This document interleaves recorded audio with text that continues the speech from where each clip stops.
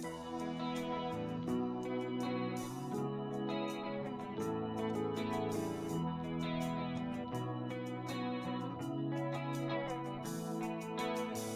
you knew me before, you wouldn't even look my way. If I had the nerve to speak, you wouldn't hear what I say. Time has come and gone so fast, we're not who we used to be. And welcome back to Sullivan's Unheard Voices. I'm here with Nick. Nick, thank you very much for joining me. I have always wanted to talk to somebody who was involved in the paranormal.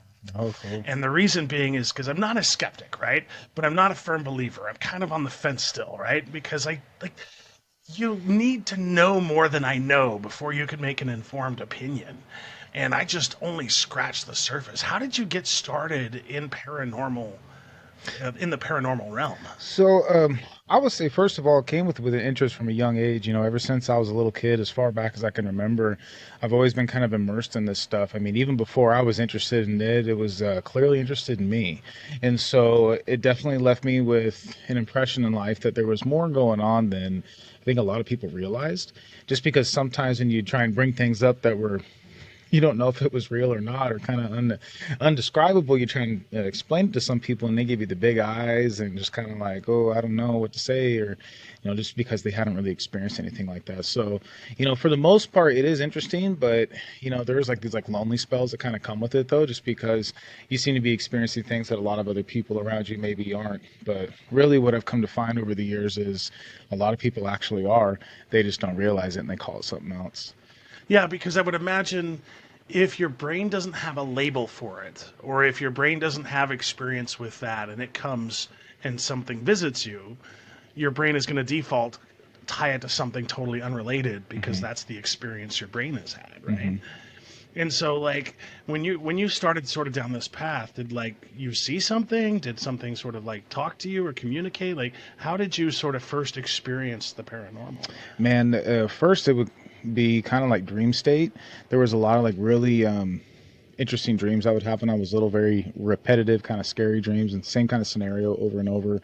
But then it got to the point where even I would start seeing like full-blown apparitions that looked like you and me within my room with me and stuff. And so I'd wake up in the middle of the night and there'd be something in my room. Sometimes it was people, sometimes it wasn't people. And a lot of times I didn't really know what to think about it. When I would try and share my experience, it would, just get the comment, oh, maybe you were still asleep or your eyes were playing tricks on you. And yeah, I'm like, well, maybe I was, because no one else in my house seemed to be experiencing it to that degree. But I would say, yeah, once I knew that when I was seeing things that I knew were questionably not people, then I knew that there was really something going on. and how did you just like open your mind to that activity, like that whole sort of realm, if you will? To be honest with you, just kind of growing up, it always just kind of just became, it's kind of like just like background noise. I just kind of lived with it. And sometimes things weird would happen, doors would open, lights would turn on, footsteps would be heard, just, random stuff like that. But I just kind of learned to deal with it and live with it. And it wasn't until I was about 25 when I started to put two and two together that, every single house that I've lived in is haunted. Maybe it's not the houses that are haunted. Maybe it's actually something going on with you. And then when I had my sons, when they were about 4 and 5 years old, it was right about the time I was about 25, 26. That's when they started picking up on that stuff too. And so that's when I decided to kind of like look into it a little bit more. First, I wanted to learn how to like clear my house and protect my family and just more so try and find out more about it so that way they didn't have to grow up in fear, and maybe hopefully I can give them some better information to help handle it better. And I appreciate that too, because like I would imagine the default is going to be fear when you experience something like that. And so how did you sort of make that transition to, oh my gosh, this is something I don't understand, there's fear, but maybe there's something more there? Just being uncomfortable, man. Being uncomfortable, what was really the catalyst for it. I was tired of not being in the know, and I was tired of kind of being afraid, and I was frankly tired of being kind of what I thought was plagued by it. You know what I mean? But Yeah. what always was going on was something that actually went hand in hand with a passion that I've actually really developed in my life, and now it's turned into something that has really just fueled my desire to help people, help people understand what's going on around them. But really, to like the core of this, it's about teaching people how to find their own power and really to take away that fear and step into something greater. But that interest in that fear, it's like a double-edged sword. And do you find like so when you started this journey, um, was there a piece of information that you became aware of that sort of helped you sort of wrap your mind around it? Oh, for sure. So basically, when I started getting into this, there was a sound that I would hear, and I would just call it the pop. And it always kind of sounded like the house is settling, or like some sort of like a pop on the wall, or in like the middle of the floor, like someone's like walking on it. And what I started noticing is I'd wake up in the middle of the night around like 2, 3 in the morning, and if I grabbed my phone and started looking at my phone like I normally would, I would hear this pop start from the other side of the house, pop, and it popped on my wall right next to me. I'm like, okay, so that's kind of weird. And so some nights I'd wake up and I'd leave my phone alone and I would act like I'm asleep still, and it would never happen. But as soon as I grabbed my phone and started scrolling, pop, into my room, it would come in. So I'm like, what's this? So I started noticing that this pop, I heard it everywhere. I'd be walking down the sidewalk and it'd hit cars, it'd pop on cars, it'd pop on concrete walls, and it would pop on things that shouldn't be popping, I guess you could say. Yeah. Because people will say, oh, it's probably the house settling. But when it's a concrete floor and the house settles in the concrete floor in the middle of the floor, when you're the only one awake in the middle of the night, it's, I don't know if it's always the house. And so realizing this pop, I started kind of interacting by snapping my finger. Every time I heard it, I'd snap my finger. And then one night, me and the wife went out to eat, and I was just kind of in this realm of, I was just getting book after book after book, trying to find more information about what happens after death and before birth, and just that whole chunk of life that I wanted to just know more about. So there was a bookstore that was right next to the restaurant we went to, and after dinner we went in there, and I was kind of walking up and down the aisles and couldn't find anything that I liked. Nothing really stood out. And just as I was getting ready to give up, pop, on the shelf right next to me, this loud pop. And I turn and I look, and there's this gray book that's surrounded by all these darker books. And I pull it out, and it says People That Don't Know They're Dead by Gary Leon Hill. And so I pick it up and I look, and I start reading just a little bit about the author. And it's a fellow, his name's Gary, and he's actually from Eugene, Oregon, and his accomplice is from Nebraska. Well, I didn't read another word in that book. I closed it. I went up and purchased it because I'm from Oregon, and my first teacher with all this was also from Nebraska. And so there's always a synchronicity that happens with this stuff, right? So I took that book home, and in that book, it gave me my very first introduction to learn how to identify, heal, and cross over spirits with the use of a pendulum. Okay. I'm trying to wrap my head around that, right? Because like communicating through the use of a pendulum. So is it using particular frequencies or different kinds of clicks that sort of... So with the pendulum, it's something that's kind of like suspended on a string. I had like a little gem, kind of like one of the ones you'd see at like a normal, you would see like the little metaphysical stores or whatever. Yeah. Right? Which is kind of funny because I'll tell you a little bit about that too.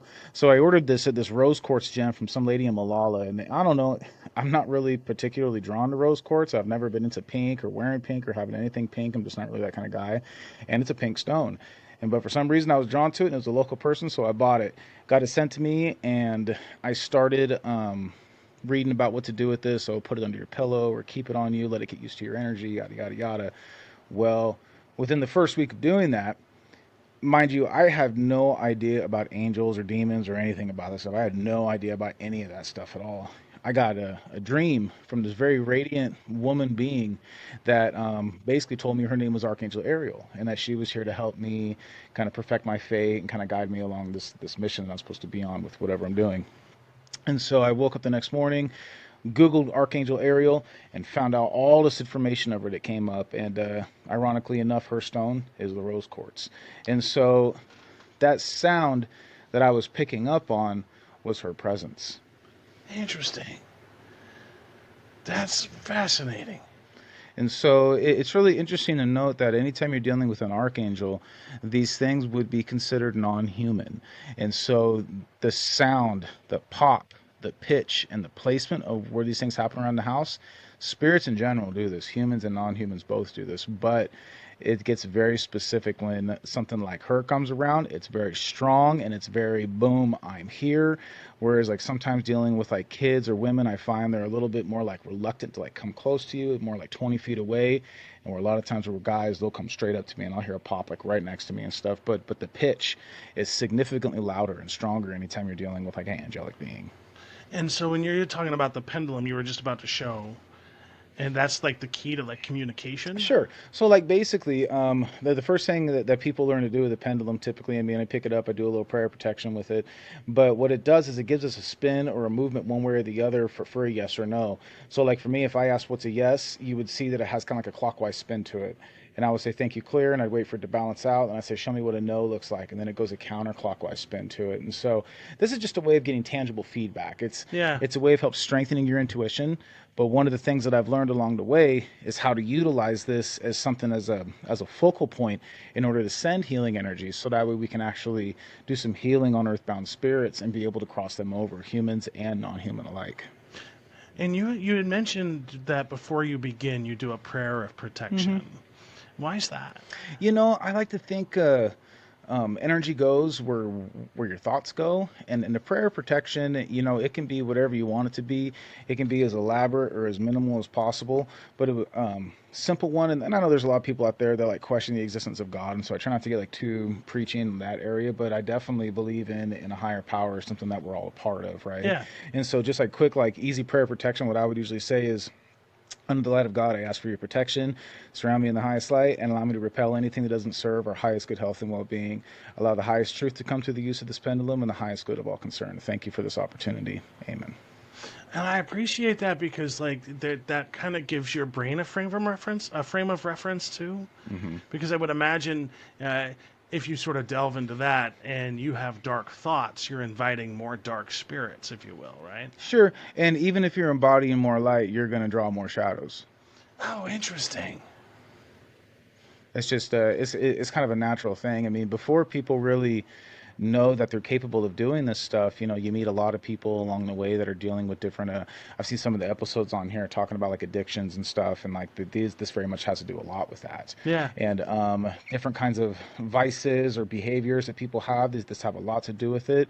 And there's variance to it. And so the past 17 years, I've really just had a good time just dissecting all of this stuff and diving in and like really just fine tuning a lot of it and really trying to give logical explanations to a lot of the stuff. So it's kind of where like science and spirituality kind of like meet hand in hand if you're able to kind of conceive that. But fact of the matter, a lot of this goes over people's heads. And Yeah. so trying to take something that's really complicated and breaking it down into like a user-friendly format is really the work, and something that I take a lot of pride in doing. So take something that's hard to understand and make it easy to understand, so that way people can really do the work. And then when you're communicating with the spirits on the other side, um, is the objective to sort of like heal yourself, but also heal the spirits? Is that kind of like, You know, or is it just you opening up to whatever comes your way? so I'll tell you yes to both of those. Okay. So it starts off as being open to what's there, because if you got something going bang in your house at night, you're just going to be open to, hey, what's going on? Who are you? What can I do for you? You know, all this and that. But what you'll find is, if you get into this work and you just start doing the clearing, something comes around, you do the healing, you do the clearing. Something comes around, you do the healing, you do the clearing. There's going to be a process to this where there's going to be similarities at first until you learn through it. Then a different kind comes around, and a bunch of them will come through until you learn, and it's like a graduation scale. But to the core of it, what people need to understand is, if you're dealing with spiritual phenomena in your life, it's because they're there because of resonance. There is something within you that's also within them. And if we can learn what's inside of them and also within us, then we also learn what's holding us back from embodying more light, or what some would say, becoming more Christ-like. And somehow or another, there's something that we can't detect within this dimensional realm that we are that connects us to whatever spirits there are on the other side.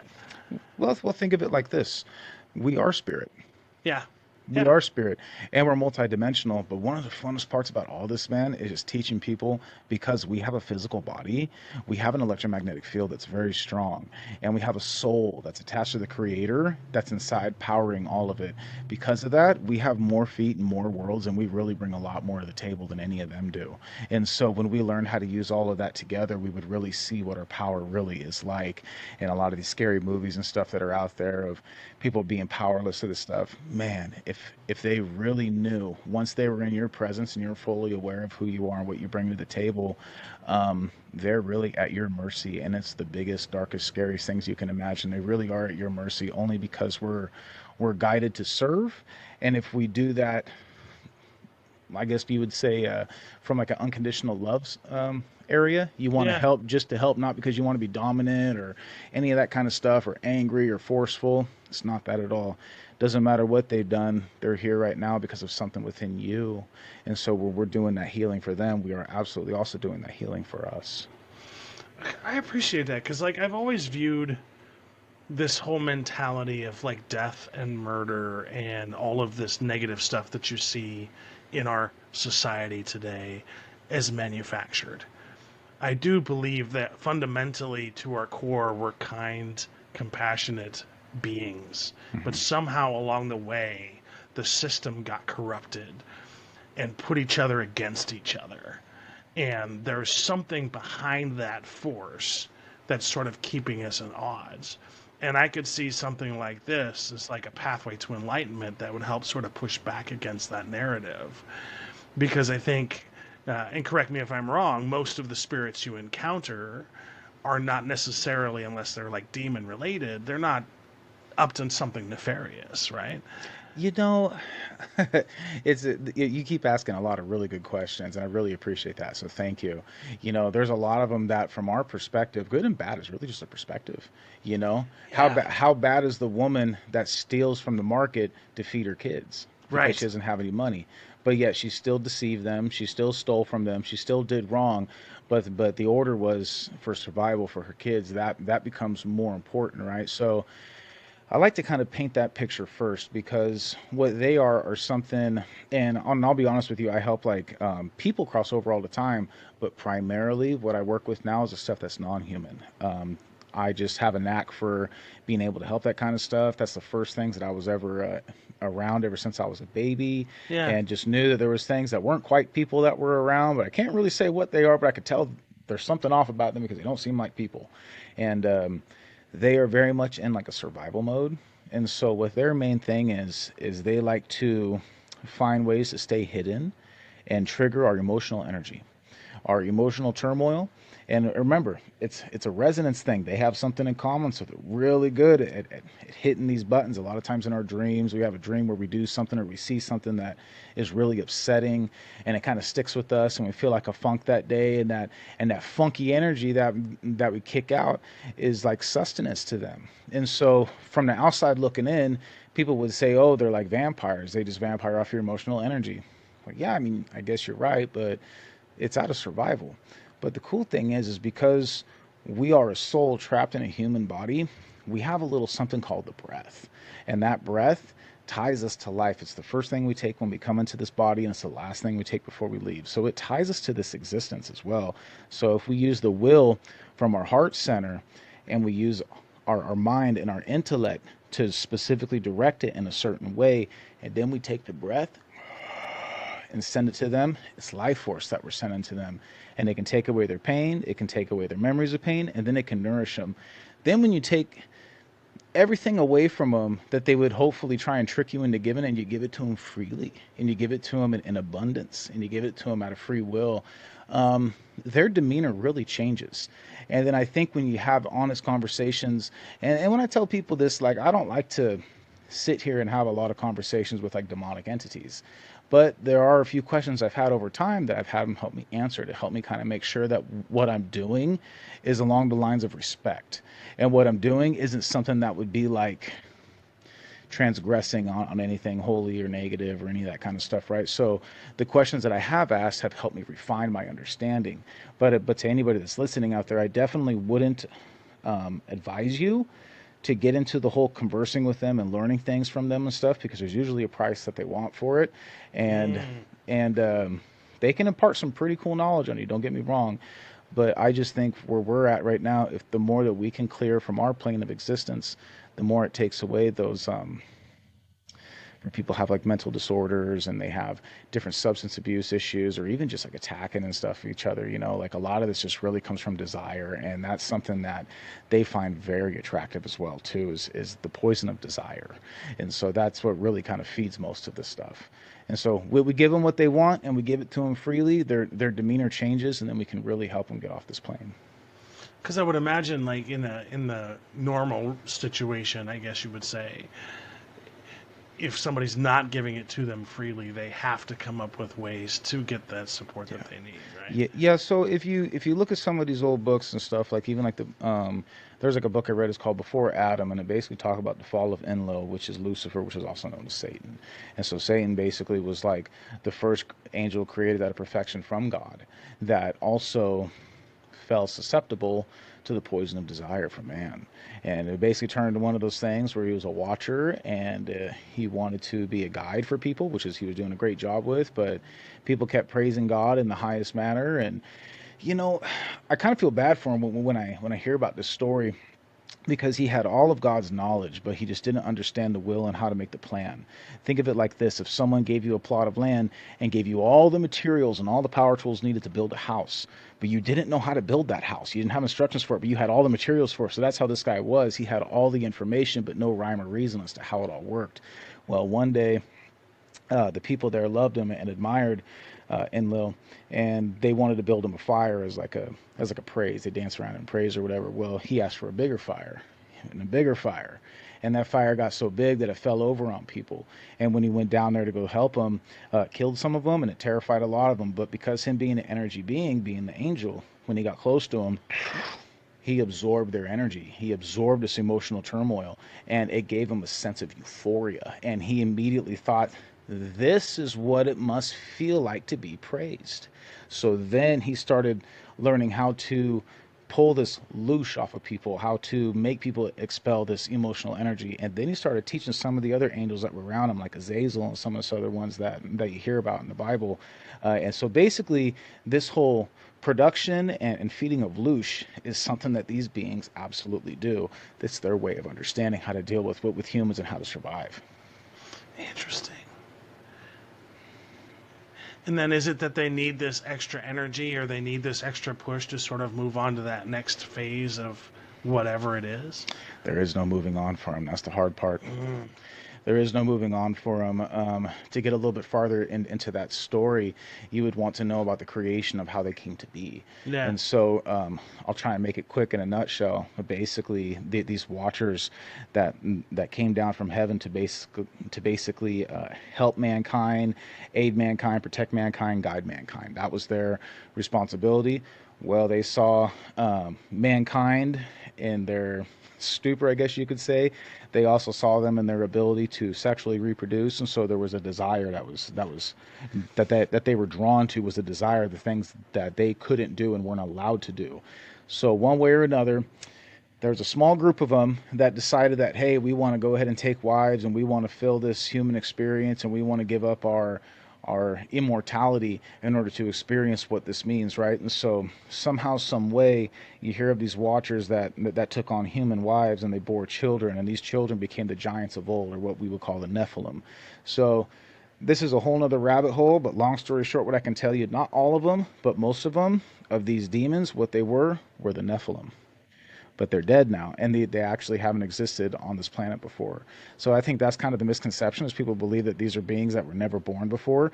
These beings were damned from the beginning. They knew they weren't supposed to be here. They knew they were an abomination. They taught men how to build spears and shields and fight each other, and taught them witchcraft and taught them all sorts of stuff that just really polluted mankind a lot. And so not only that, they started genetically manipulating certain things and creating the chimeras and stuff that we hear in legend, of the people with the goat legs, or the centaurs, the minotaurs, and all this kind of stuff that we hear about, right? They were the ones responsible for creating this stuff. And so they were an abomination, creating these different hybrids that created even more imbalance on the planet. So when the deluge came, this is what wiped out most of them. And some of them repented. Some of them fought against each other. There were some good ones that were out there that wanted to help mankind, that wanted to protect mankind, and saw themselves as something holy, kind of in between an angel and a human, right? But the most of them, they knew that they were damned. They wanted to burn this place to the ground, so no one else could have any kind of joy in this on this world. So a lot of them are just kind of damned to be angry spirits, and that's what the majority of them are. Okay. And if you have a spirit like that, I can see that there would be no way to convince them otherwise. Well, they feel forsaken, they feel forgotten, they feel abandoned. And so when we have people that have these abandonment issues, this is like the number one link is some sort of feeling of abandonment, resentment, feeling forgotten, or just afraid of being alone. When people have these feelings, these are a natural thing that come around and also kind of extract some of that energy and like really play on those emotions because they feel exactly the same way. Okay. And then in terms of like the communication piece, um, like, is it easy to sort of have a two-way conversation with these spirits? So like yeah, when like you use the pendulum, your yeses go one way and your no's go one way, and so when you ask them these yes or no questions, you're going to get a response to the pendulum. They're going to be able to utilize this pendulum in a certain way that it's going to respond. Some people try and do this stuff mentally, and I always for people that aren't really clear with how to like heal them and cross them over, I always tell them to try and refrain from doing the mental stuff because it's really, really easy to not know how to decipher one from the other, what's actually beneficial versus something that's actually trying to stick around because they do like to remain hidden.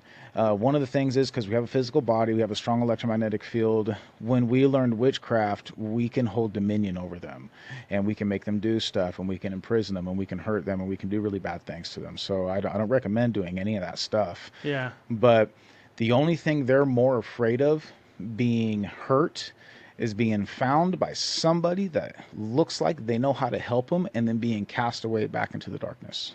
That is what they're afraid of the most. And so what I try to tell people, if you're getting into this work, and what I'm saying right now is kind of speaking to you, I have some information out there that can really help you understand how to do this. It's way easier than you think it is. Yeah. But it's also something that when you're willing to help, there's going to be a response, right? And a lot of times they're very respectful to your requests if you're still willing to hold your end of the bargain.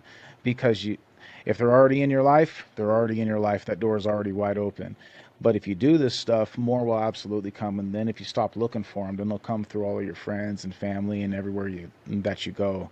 And it starts to be like when they know you're coming, they know you're coming.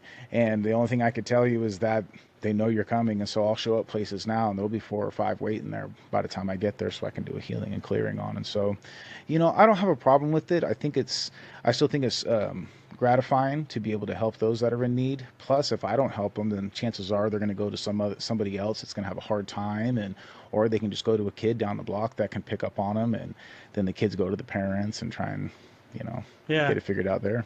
But like when you're talking about healing and clearing, you're talking about the physical space for people, right? So if people hear something or they just have like some unexplained things, they would sort of invite you in to help sort of heal and clear their house. Sure. Or they would just say, hey, something's going on weird in my house. My kids are getting nightmares, or I'm hearing weird sounds, or doors are being opened and closed. And then, I used to be able to just say, send me a photo of inside the house. And a lot of times I'll just ask that way just for like reference wise, so I can look back on my cases and, oh yeah, this house. Oh yeah, this one, right?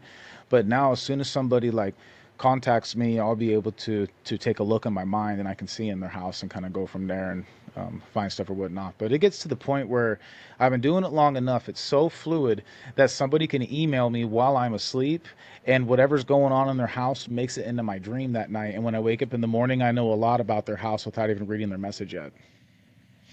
And how vivid are the dreams? Pretty vivid.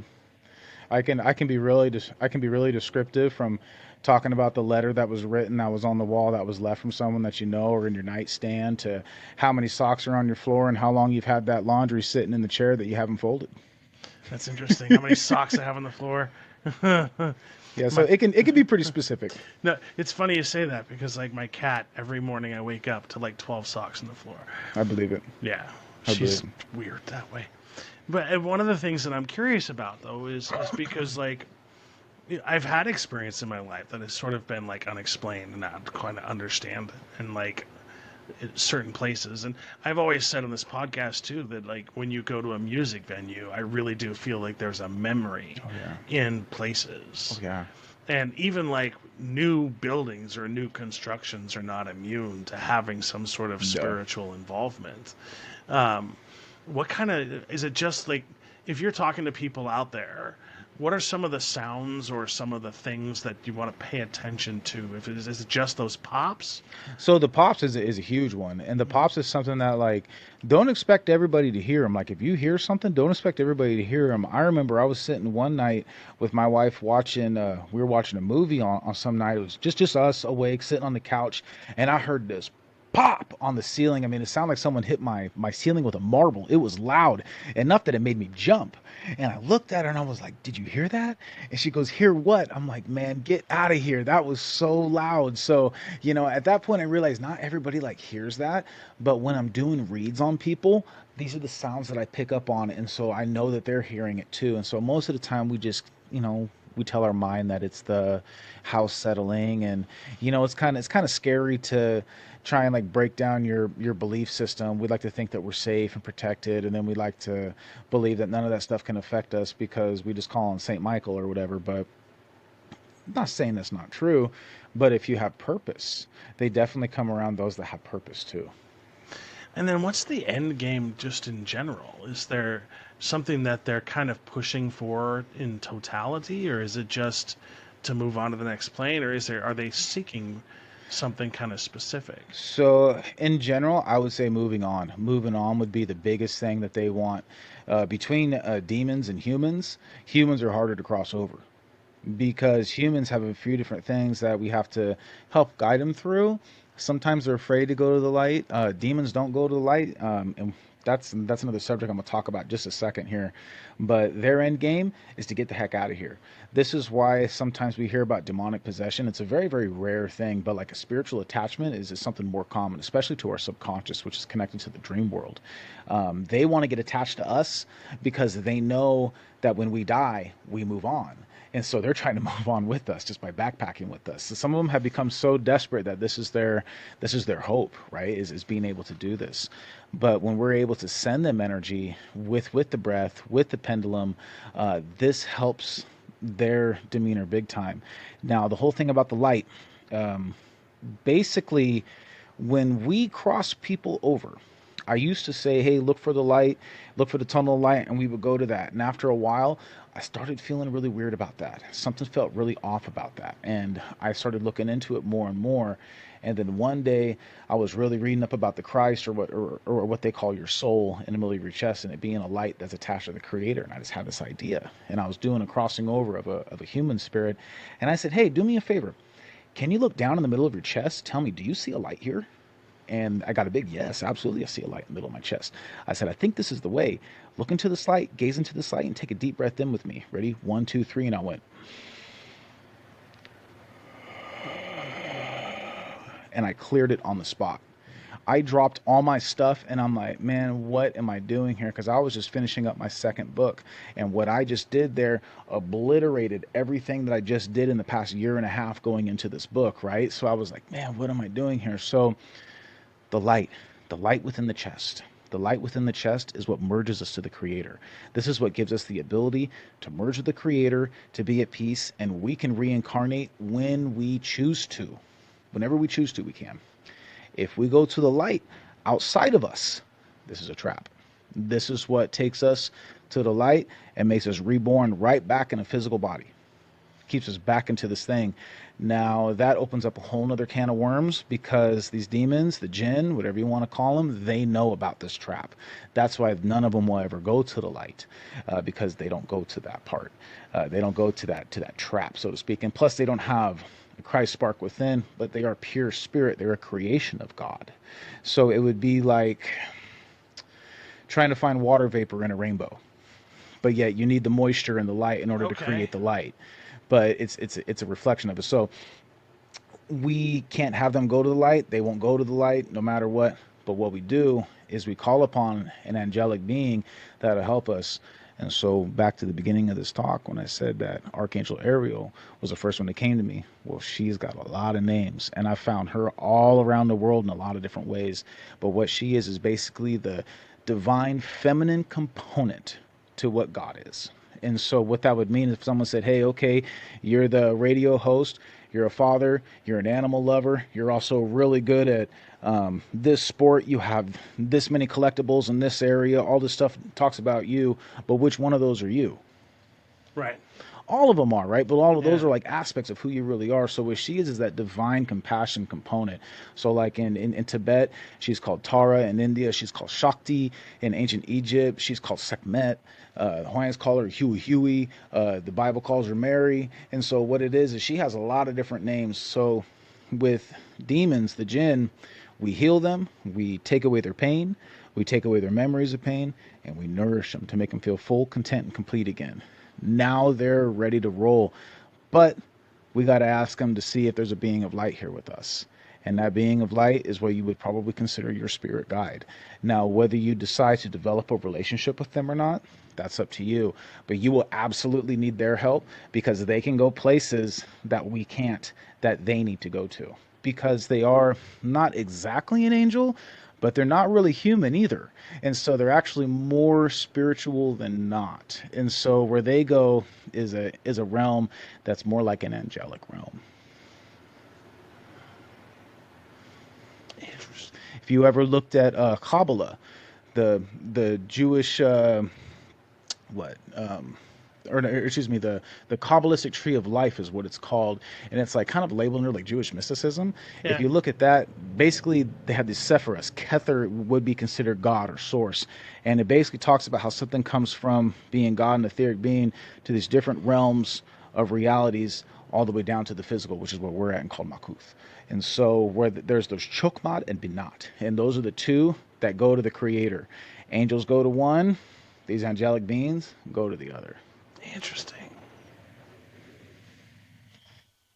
And how do they get sort of trapped here? A lot of them are stuck in the first place, right? Because they don't have that soul inside to be able to be merged with the Creator. What they were was like a damned offspring from the beginning.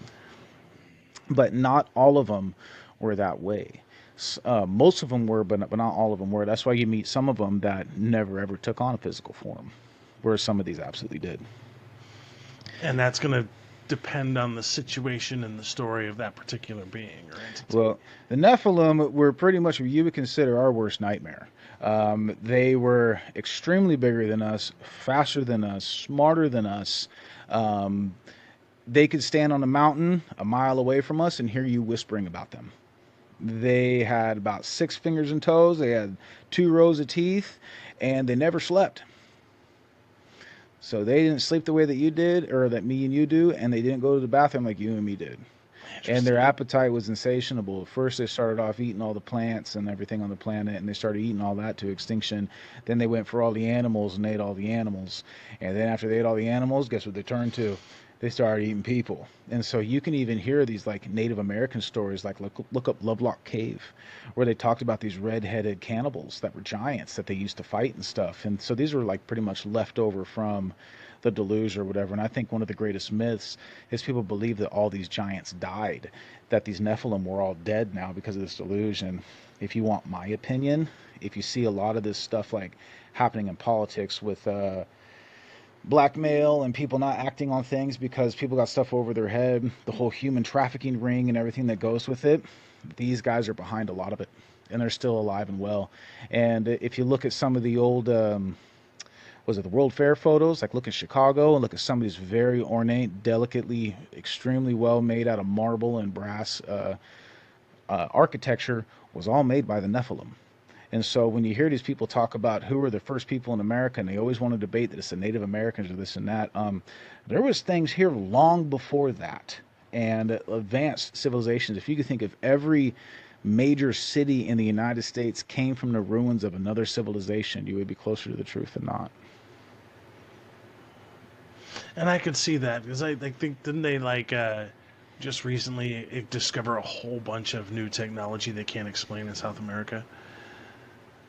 I would imagine so. And Like a lot, superstructures and stuff like that don't make sense, that like man by themselves with the technology couldn't have built at the time. sure, yeah, and like with like exact precision and stuff, probably Yeah. cut with like laser stuff, like kind of like what Yeah. we do now.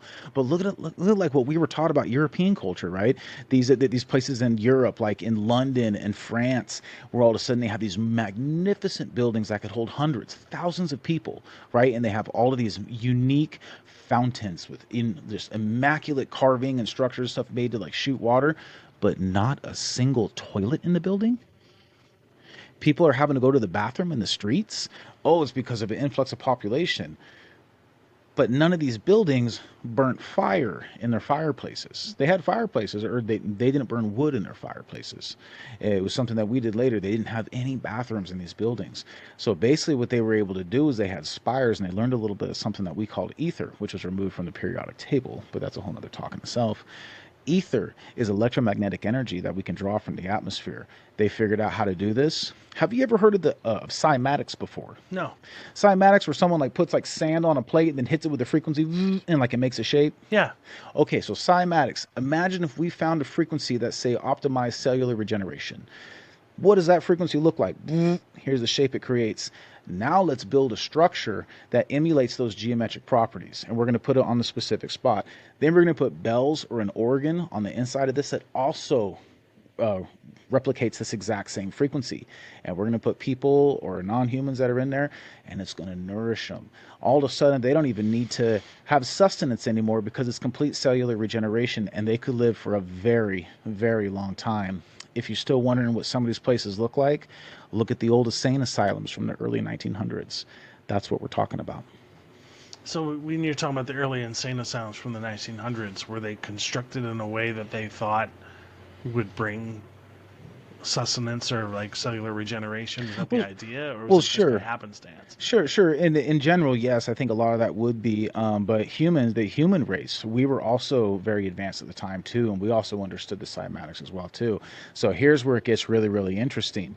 Have you ever seen Spider-Man and Venom before, the movie? Yeah. So you ever see what happens to Venom when they hit those bars and bong? Yeah. All of a sudden he's like like Separates from the body. Bells messed them up. Bells hurt them.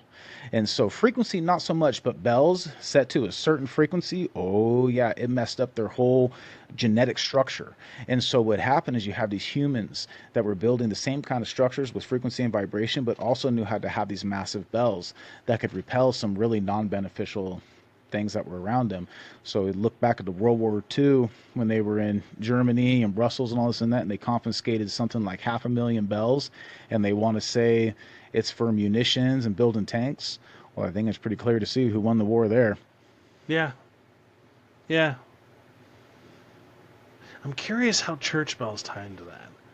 Well, the thing is, churches and cathedrals were never meant for worship. They were always meant for harnessing energy and healing. That's what it really comes down to. You look at a lot of the stained glass, those circular patterns, once again, cymatics. If you saw what that shape is, the frequency of what that shape is projected through cymatics and put on the outside of the building. These were the ones that were created by humans during the time. So these great cathedrals, right? Yeah. Like the Cologne Cathedral in Germany. These were all built for healing chambers. They were meant to heal people. The sound, the geometric proportions, how the whole dome and everything on the inside of the building was constructed was made so this frequency could reverberate and heal massive amounts of people. Not only that, repelling anything in the city around them with those church bells casting out. It also kind of makes you think, why do we have bells on our doors when someone's there? Because these things also have an ability to shapeshift. Some of them can shapeshift, but it's not so much that they know how to make their molecular density different, but they know how we perceive reality through our certain set of senses, and they're really good at manipulating that so they can manipulate the way that they look in order to look like a shapeshifter. Interesting. And I'm curious because somewhere along the way, the church power structure got involved. And they changed all of these places or centers for healing, I would imagine, to places of worship. But at some point, a lot of the organized religions became about power and subversion, as opposed to embracing the light and acting as if they're like Christ-like, if you will. Mm-hmm. That's so interesting. Yeah, and there's a lot of theories on that, right? And like the creation of Mary and like all this stuff or whatever. You know, there's a lot of theories that are on that, and you know, there's a lot of people that I'll talk to that are very church oriented people. When we get into the subject, they're always like, just use the name of Christ. You know, this is something that is power, and I can tell you that there is a response when you use it, but a lot of them, it like pisses them off. it pisses them off a lot because it doesn't like help them. If anything, it's something that like you use to like rebuke them, rebuttal them. But It when, puts up a barrier automatically. well, think of it, right? In the name of Jesus, I cast you out. What does that come from? It comes from fear. And it comes from fear of not being able to control the situation. So we got to get loud and we got to get angry and we got to get firm. But instead, if you were just like, hey, I know you're over there. You don't got to be afraid, man. I ain't going to hurt you.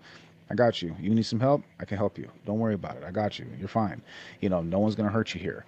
Dude, you should see how they act after you give them a little bit of that. And you give them the opportunity to be honest. Most of the time, they just want to move on. They don't really want to talk. But when we can really become more Christ-like, and that is through just being understanding, forgiveness, and compassion. Compassion is huge, man. Compassion is one of those things that you want to talk about elevating yourself. Act compassionately. Do something for somebody that would never be able to pay you back. 100%. Yeah, and do it without expecting anything in return. Mm-hmm. Yeah, one of the things I love doing in life is I have kindness coins. And I love when I see a random act of kindness, I go up to a stranger and thank them for being kind, give them a kindness coin, Cool, and just man. That's cool. walk away. And it's just like, I don't need anything in return. I just want to acknowledge that you're being kind, you're doing something amazing, and that's the end of it. That's cool, man. That's good because it's not why we do it, but sometimes it's nice to be like, hey, I saw that. Nice job. Yeah. You know what I mean? Yeah. It always feels good to get a little pat on the back sometimes. And I think in this day and age, more people need it than others. We're living in a time that's kind of trying for a lot of folks. Food prices are out of reach. Hence, like you're talking about the stealing and things like that. People are forced to act out of character because life, for some aspect of life, is not really attainable. Mm-hmm. And I think because I'm sort of seeing sort of a connection here.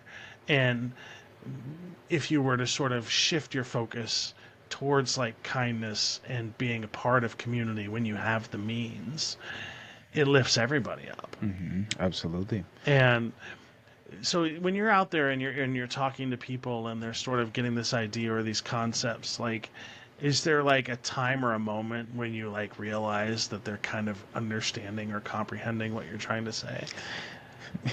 Sometimes I would say you get a little bit of that, but I've just kind of come to the understanding that the things that I'm talking about, that I'm putting on video and sharing with people, I don't think is really going to get caught till later by some people. Yeah. So I'm just putting the information out there while I got it. And I always tell people, man, don't believe everything I say. Take everything I say with a grain of salt. But what I would say is you do the work and tell me what you find, because me doing all of this is what I found.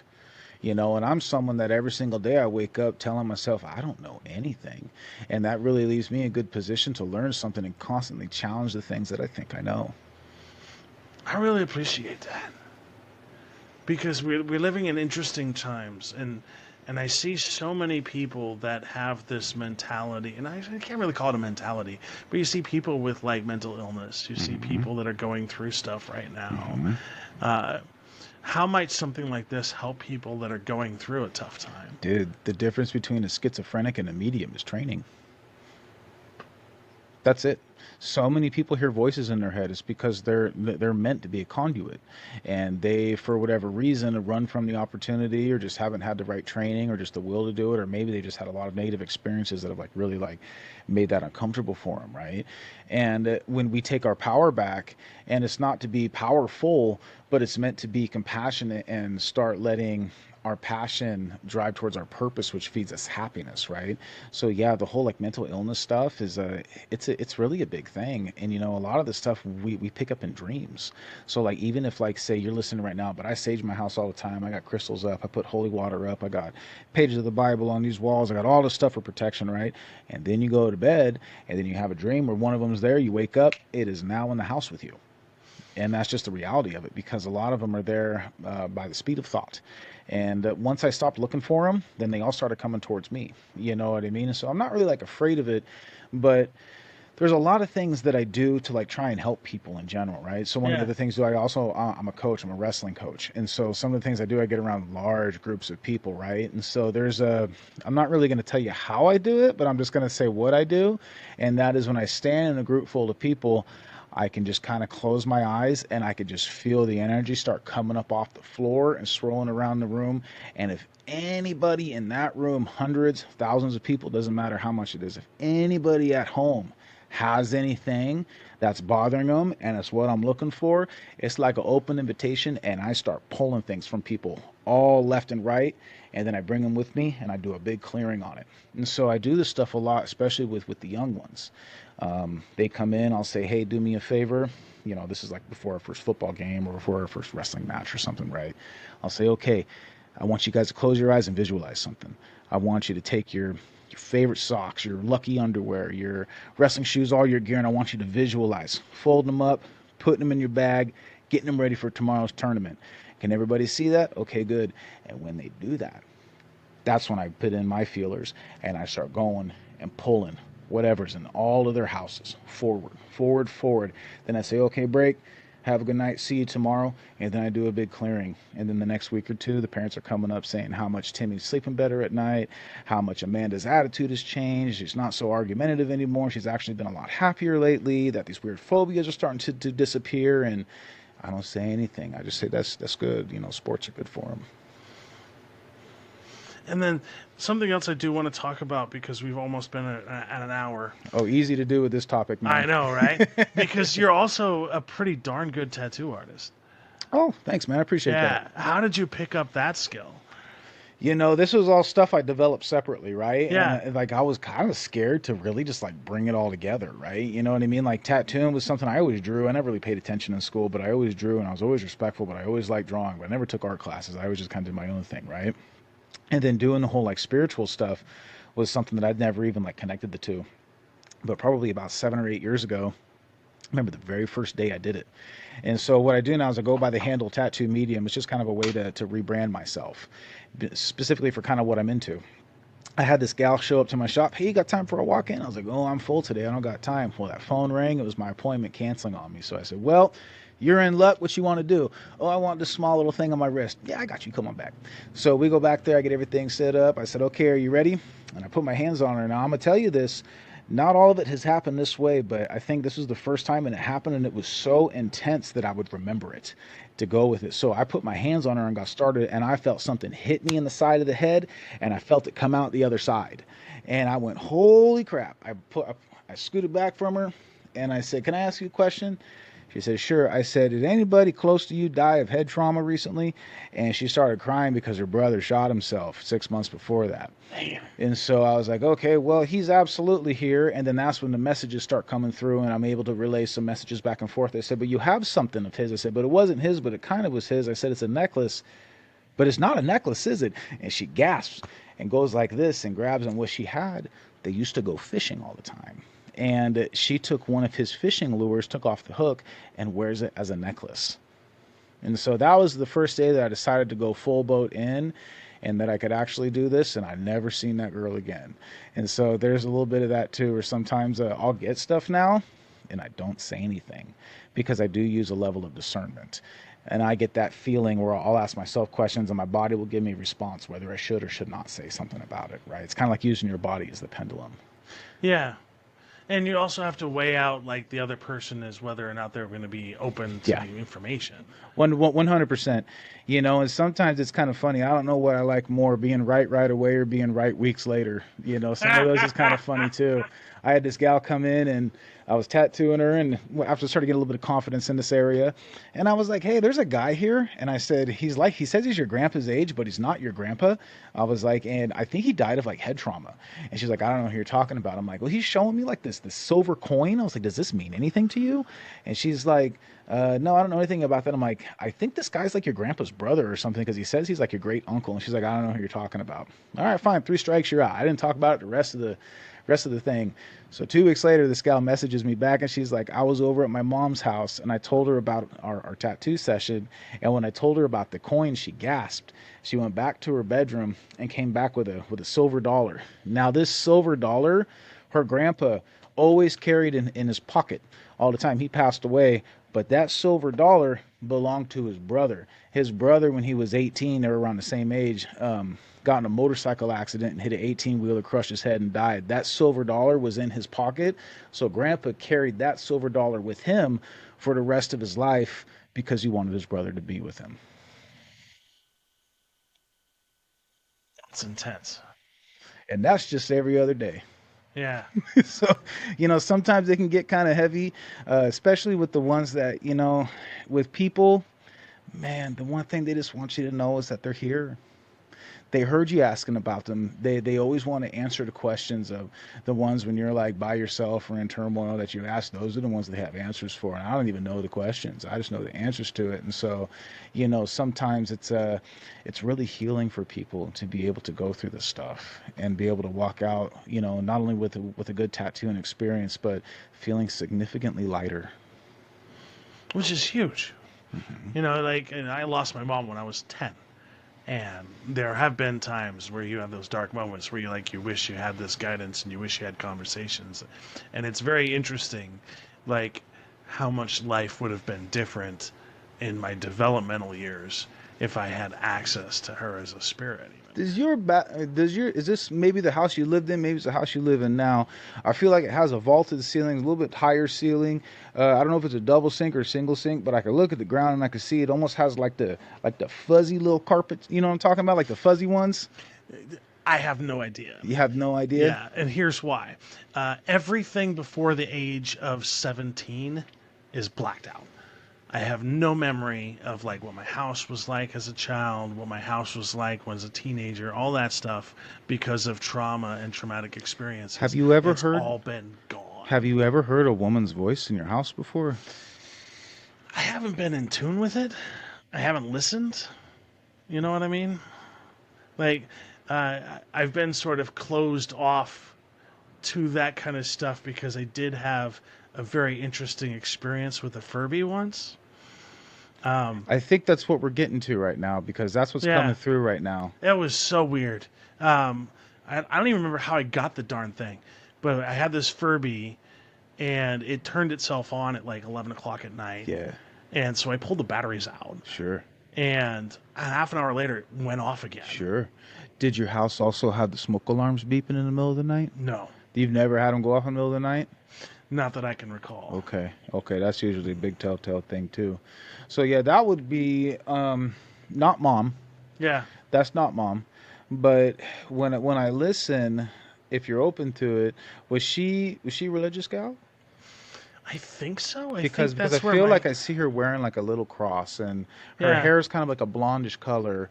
I don't know if it's hard to tell if it's shorter, like ear set, or if it's pulled back. It's kind of hard to tell. But what I'm looking at right now is, do you have a glass case that might have some of her stuff in it?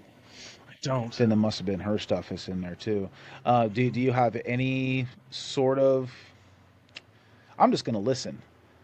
What I'm hearing right now, do you live in an apartment or something, a smaller kitchen? Yeah, that's what we're looking at now. So if I'm standing in your bedroom and I'm looking down the hallway and the kitchen, it looks like it's towards the end of that hallway from the bedroom, right? Yeah. And I can hear in the kitchen, that's the sound that I'm picking up when I think about her. Okay. And it kind of gets back to what we talked about earlier about him being about 20 feet away. That's how you can usually tell when it's for me, a woman or a child, but usually a woman. It's about 20 feet away. I hear a small tap, and it's always one of those things they don't want to be intrusive. You know what I mean? They want to be respectful as well.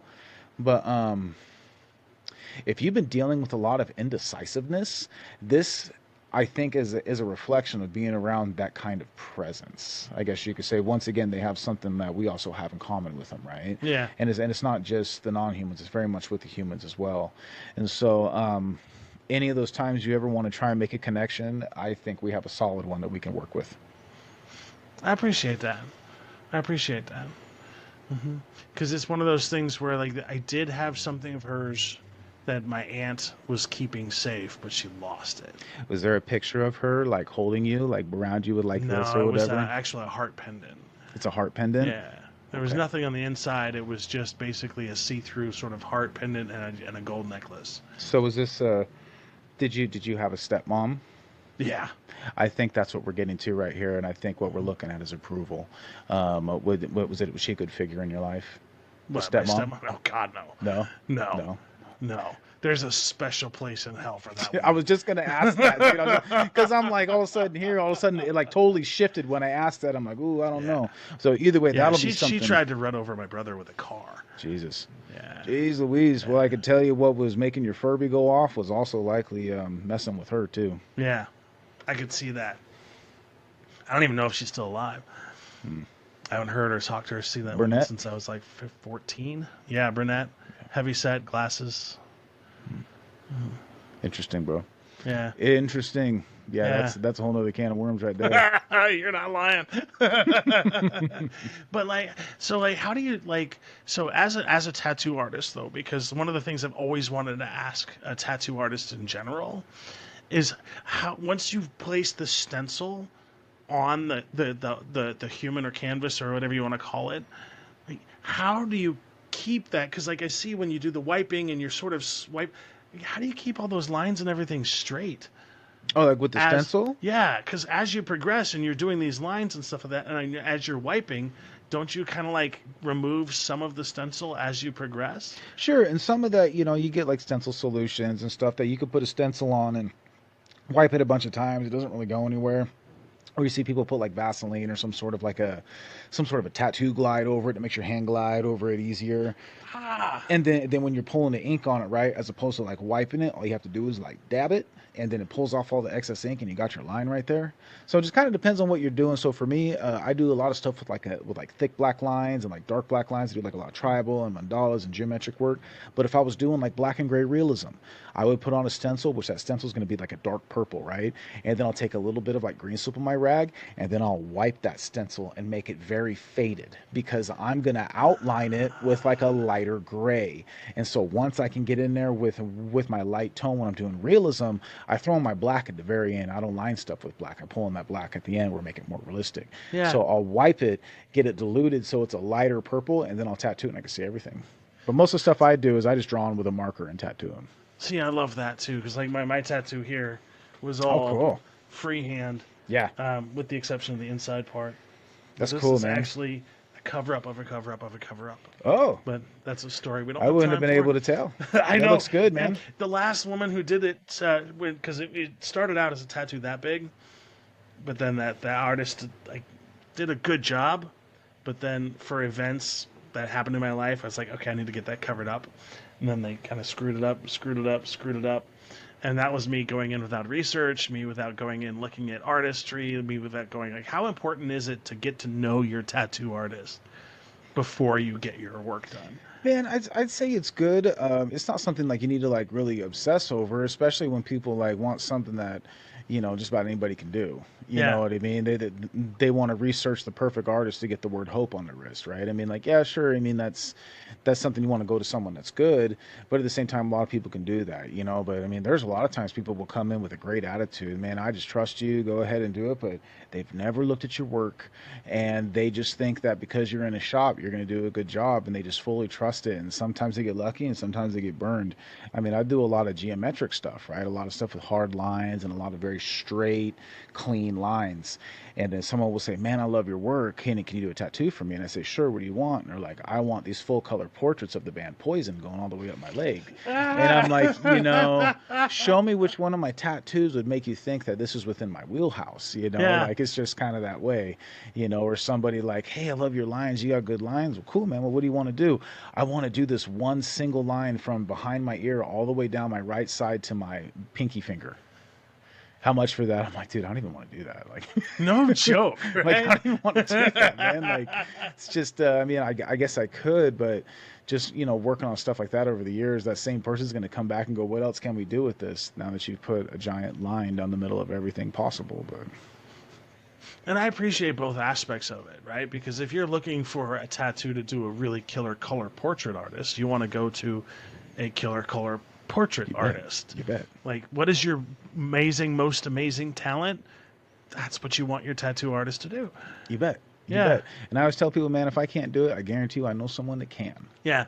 Yeah. And so if I can't do it, I'm going to kick them to somebody that I know is going to do a good job with their idea. Because, I mean, sure, I'd like to do their tattoo for them, but I'd rather them just have a good tattoo. And more times than not, if you're cool with people when they come into your shop and you're honest with them, look, this is a cool idea, but I know another guy that specializes in this style and can do a really killer job, and he's over at this shop. You should go see him. They might still go to that shop and get a tattoo, but they might come back to you still later for something else because they like that you were honest with them. And don't take it personally, y'all. Like, if your tattoo artist is open and honest with you and says that this tattoo artist might do better, they're not saying they don't like you. They're not saying that they don't think your tattoo idea is the best. They're actually doing you a kindness. And I just want that to be clear, because that is a big thing. Because I've heard people complain, this guy said this guy said that, but I push back and I'm like, but isn't he helping you? Or isn't she helping you in a way? Because, like, this is a permanent kind of thing on your body. You want to make sure that not only you're into it, but you want to make sure that your tattoo artist is into it. Yeah, and I know people really just want to get stuff done, and sometimes being patient is a hard thing, right? Yeah. Especially like, I found the perfect artist, but shoot, he's booked out for 3 months or 6 months in advance, right? And that sucks. But at the same time, what sucks more is finding someone that's available because they're available for a reason, and then getting something you look at later and you're like, damn, I really should have waited. You know what I mean? Which is a whole nother thing too. And so I'm just grateful and blessed that I have been doing this for over 20 years. And so I have a pretty decent clientele that I can like turn stuff away that I think is a bad idea, or, the 18-year-old lovers that have been together for less than 6 months that want to get their names tattooed on each other and just, Don't do it, y'all. you know what I mean? I'm like, I'll give you a great deal. Come back in 10 years and I'll do them both for free. Yeah. Come back in 10 years after you guys have been together and I'll do them for free. Or I pulled this one out. I don't know if anybody's watching, but this is something I pulled out on this couple one time. I told them I would do their names on each other, right? I said, but first you are going to have to unlock your phones and give them to each other for a half an hour, and we'll come back and see if you guys still want to do it. Oh, that's brilliant.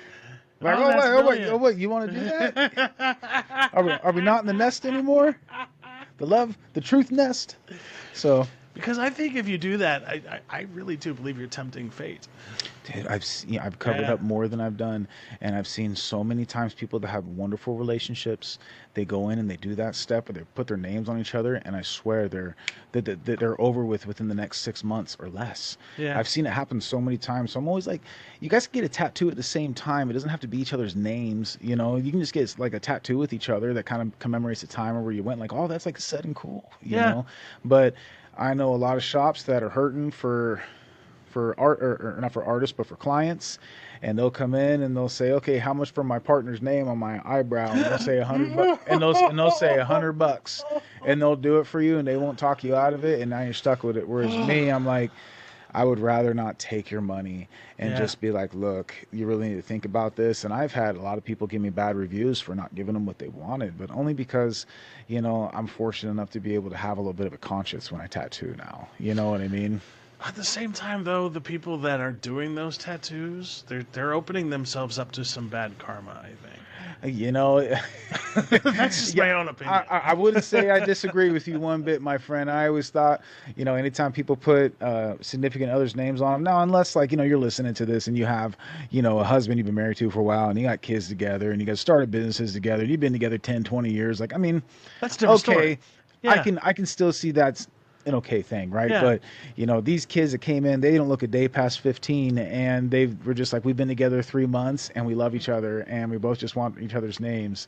And I'm like, man, what better way to show your love than something that's done in like 10 minutes and with you for the rest of your life? Yeah. Like, man.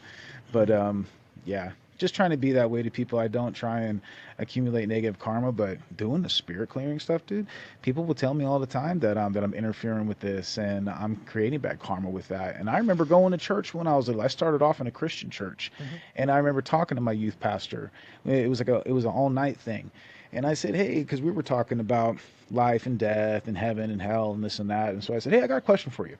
I said, so if we accept Jesus in our heart and we do good to people in life, we get access to heaven. Where if we treat people bad and we don't do good to life and to others, we get put in hell with, demons and this and that. And he's like, well, that's what the Bible teaches us.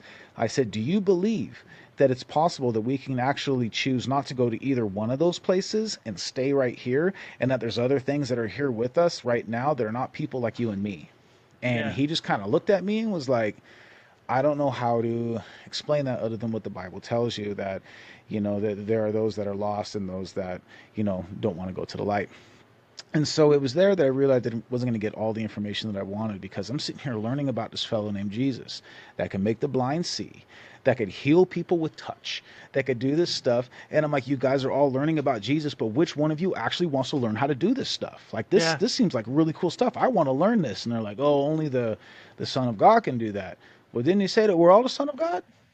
Like, I don't know. But I always believed that it was something that was an inherent ability that we had access to. And this person, Jesus, Buddha, Shiva, Krishna, some of these other people, Ishtar, all knew about this stuff. And they were basically talking about the Christ, which is our soul, which is what connects us to the Creator. We were talking earlier about looking down into that light and merging with the Creator. The only way to get through the Father is through me, Christ. Yeah. Jesus' last name wasn't Christ, but he was speaking of the Christ within. I think this is a really good play to put a button on this. Yeah, man. Where can people go to find more information about you and what you got going on? So I'm all over. You can find me on YouTube, Nick Salzman 5850. But even if you look up Tattoo Medium, I should pop up on there. I'm on Instagram, Nick.Salzman. But if you type up Tattoo Medium, I'll pop up as well. I'm on Facebook. But I have my own kind of line of like pendulums, and I teach people how to like use them and stuff. So you'll see a lot of that on my YouTube. But my pendulum account is Pendulum Opometrics. So if you find me on Instagram or you find me on Facebook, you're going to find my links to everything else. But pendulumopometrics.com, APOMETRICS, and maybe I'll find a way to send you that link. But pendulumopometrics.com, you'll be able to see all my other stuff and even find my link to my YouTube channel on there. I'll put the link in the description and make sure that we add a link to it and in the comment section as well. Thank you so much. Heck yeah. I really enjoyed our conversation today. Hopefully we can do a part 2. You got it. Thank you.